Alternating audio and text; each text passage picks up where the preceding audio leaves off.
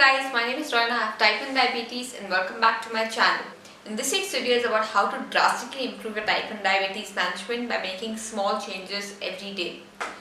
Last week I have been going through a little bit of diabetic burnout. For those of you who don't know what that is, it just means that because diabetes is a condition that involves so much mental involvement as well as physical effort, sometimes you have a diabetic burnout, which means you just get absolutely tired of taking care of yourself, of managing your blood sugars, managing your diet, exercise, etc. every day, and sometimes it can get a little bit overwhelming. And what tends to happen during this time is that your diabetic management becomes poorer. You tend to take lesser care of yourself, of your blood sugar, because it's sort of like going through a mini depression period at that time because you're just so overwhelmed, and that's something that I've been feeling.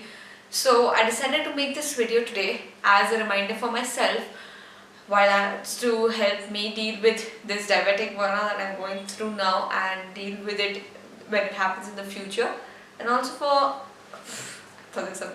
and also for everyone else out there who may be going through this or may just need a little bit of help managing the diabetes on a day-to-day basis. So, how to drastically improve your type 1 diabetic management by making small changes every single day. The first and most important thing to do is to educate yourself, which means that you gotta learn everything possible about your condition. Why? Because you have to manage it every single day. You have to live with it every single day. So, if right now you're living with your parents and they help you manage your condition, or you've been diagnosed and you have doctors helping you out, that's the beginning. But for the rest of your life, or at least until they find a cure, you are responsible for managing this condition. So you need to know it like the back of your hand. You need to know about every single thing associated with this condition, and that's important. Otherwise, it's very hard to sort of create a positive relationship with your diabetes. For what I've learned is a lot of people call diabetes an unwanted friend, because it's sort of like that. You gotta have a good relationship with diabetes, but sometimes it can be like that friend we don't want hanging around you all the time. But yet it is necessary to learn everything you can about that friend so that you can manage them well when the time comes. So the first thing you need to do is educate yourself. So one really good book for type 1 diabetics, and this is one that I read when I got diagnosed, and I go back to now sometimes to this refresh thing.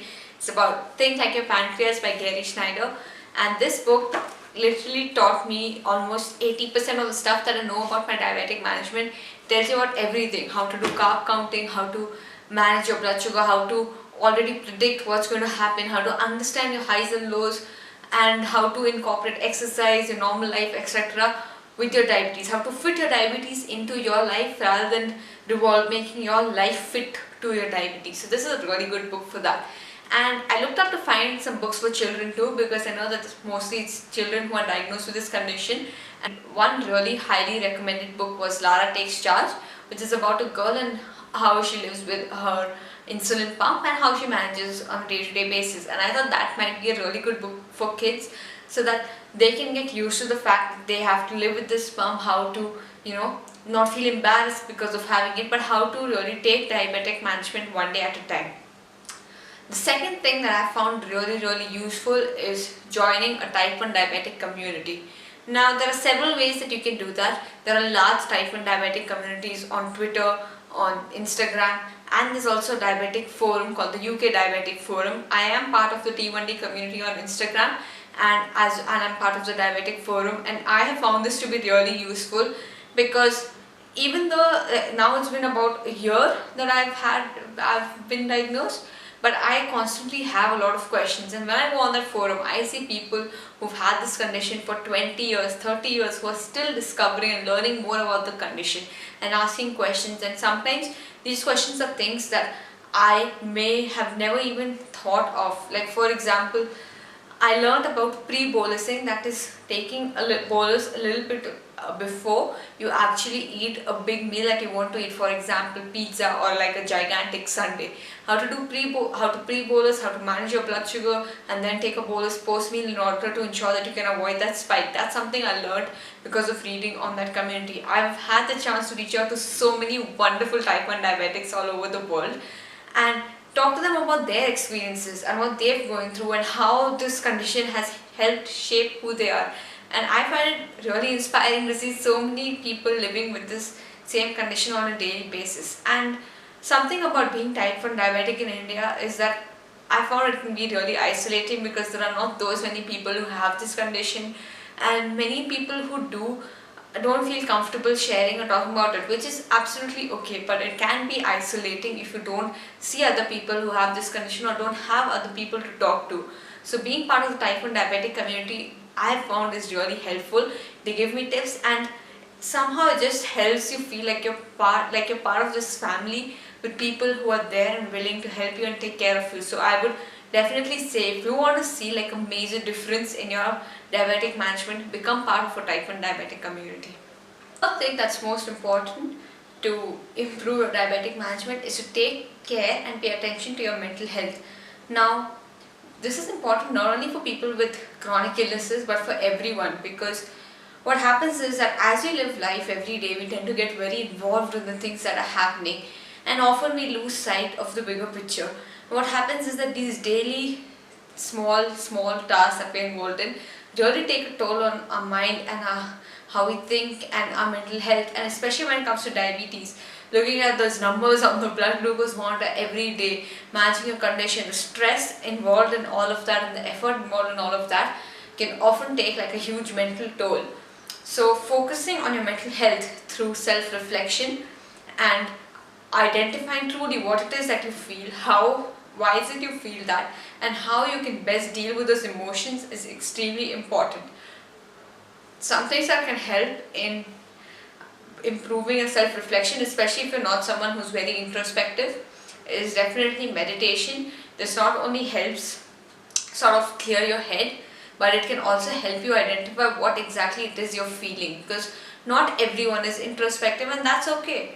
Something that I like to do when I'm really stressed is I like to just go out and take like a short walk, because I found that this can be really helpful. It just helps me, take a break from everything that's happening, and I usually don't have my phone around with me that much also, because I just find that I am able to deal with everything much better without that, and that's what I need to focus on my mental health. So find out what it is you need for yours.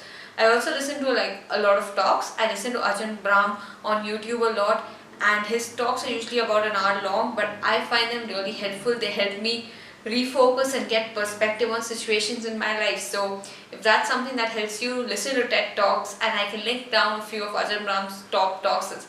Top 5 talks that I enjoy listening to, and if you find them helpful, please go ahead and listen to them too. I mean, you never know. The next thing, which is something that I'm still sort of working on, but which is extremely important, is don't isolate yourself when it comes to type 1 diabetes and management of the condition and dealing with all of the stress and problems that happen. We tend to isolate ourselves. At least that's what I do. I isolate myself from my friends and family. I go into a place in my head and I don't tell them what's really bothering me, and I try to deal with everything on my own, and I try to go and be alone for a bit so that I can think of these things. And sometimes it's helpful, but sometimes it's really not, because then I consciously don't go out, I consciously don't do things, and sometimes it's really because I'm feeling very afraid or uncomfortable at the thought of it. But what I've found is that that's much worse in the long run. It makes management of the condition much harder in the long run. Something that's really important for all of us to do is we need to try not to isolate ourselves, but to truly go out there and try to push ourselves out of our comfort zone sometimes. If you feel uncomfortable going out for meals, I'm not saying you need to go out with a meal with all of your friends. Maybe go out for a meal with your family, just to push yourself to go out of your house. Try to talk about small things, like even if you can't really talk about the big things about diabetes that are weighing on your mind, start with small things. Talk to your parents about how, or your friends or your family about how your day was, or some small things that you had to deal with in the day. As you find that you're able to talk and share your feelings over small things, you'll stop feeling less lonely, you'll stop isolating yourself that much, and trust me, this really does help with your diabetes management. I know you may say, how is this really going to make a difference? But it just does, because when all these things are not weighing on your mind, when you're not feeling lonely, when you're not shut down, but you're part of a community, part of a family. It just takes off this weight from your shoulders, and that in turn just translates into better diabetes management because you're not so overwhelmed by every single number or every single thing you see on the blood glucose monitor. This is just an important part of it. Another thing I would say, and this is just my suggestion of course, is try to embrace your diabetes and not only be open about it but take pride in the fact that you manage a condition like this on a daily basis. When I first got diagnosed, I didn't want to tell anyone that I had this condition. I think only my parents knew about it. I didn't even tell anyone else about it because I just couldn't bring myself to share this, and there was a point where I felt so embarrassed by it. But what I did is that I worked with a counselor, and I sort of confronted my fears about the condition, and I realized that by hiding it, I'm just making it more of like an embarrassing thing for me. It's just becoming bigger and bigger in my head. But once I've started being more open about it, and now I really am. I mean, I'm on the internet making videos about my condition. I am really open about my condition with whoever meets me. I tell them about it straight up. I found that it's just better for me because it no longer becomes this shameful secret, but it becomes something that's a part of me. It's a part of me that I'm proud of because yes, I am doing these incredible things on a daily basis. I am managing this on a daily basis. I'm able to do it right now, and that makes me feel good that I am strong enough to go through this. So take pride in the fact that you manage this condition on a daily basis. Take pride in the fact that though these are the cards that life have dealt you, and this is not just limited to your diabetes, but whatever bad or embarrassing thing happens to you, take pride in the fact that though you were dealt a few bad cards, you really made the best out of the situation that you've had, and take pride in the fact that you were strong enough to go through that situation. So definitely think that once you embrace your diabetes as a part of yourself instead of being embarrassed by it, a lot of the stigma associated with taking the injections, checking your blood sugar in public, like telling people that you can't go out with them to a certain place, or maybe that you need a break at a certain time because you need to check your blood sugar, take your insulin, have your meals. The stigma associated with all of this just disappears. And the last thing that I've found is really helpful is just take it one day at a time. You have to live with this condition for the foreseeable future. So if you let yourself get overwhelmed by all the possibilities of things that could happen in the future, things that are happening now, it can become a lot. So take your diabetes management one day at a time. Look at your blood sugars one day at a time. If some days you've had a lot of hypos, it's okay. That's just one day. Put it behind you. Next day, you do better. If you have a lot of hypers, same day again, you can do better the next day. And take your management one day at a time. Deal with your fears one day at a time.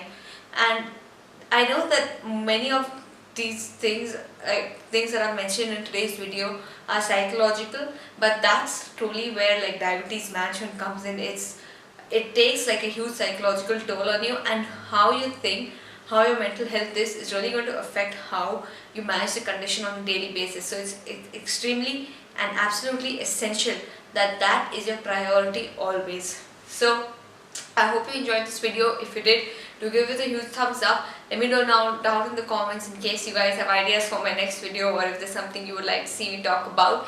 And subscribe if you want to see more of my content, because I'm putting up videos every week, or at least I'm trying to. So if you want to watch more of my videos, don't forget to subscribe, and please help share this video, because if we share videos about type 1 diabetes, we can help raise more awareness about this condition, and we can help people with this condition be more open about it, be accepted, and we can help other people accept them for who they are and for their condition. Please share this video, and if you have any questions, my Instagram is linked down below, so please feel free to reach out to me on that. I'll see you again next week. Bye.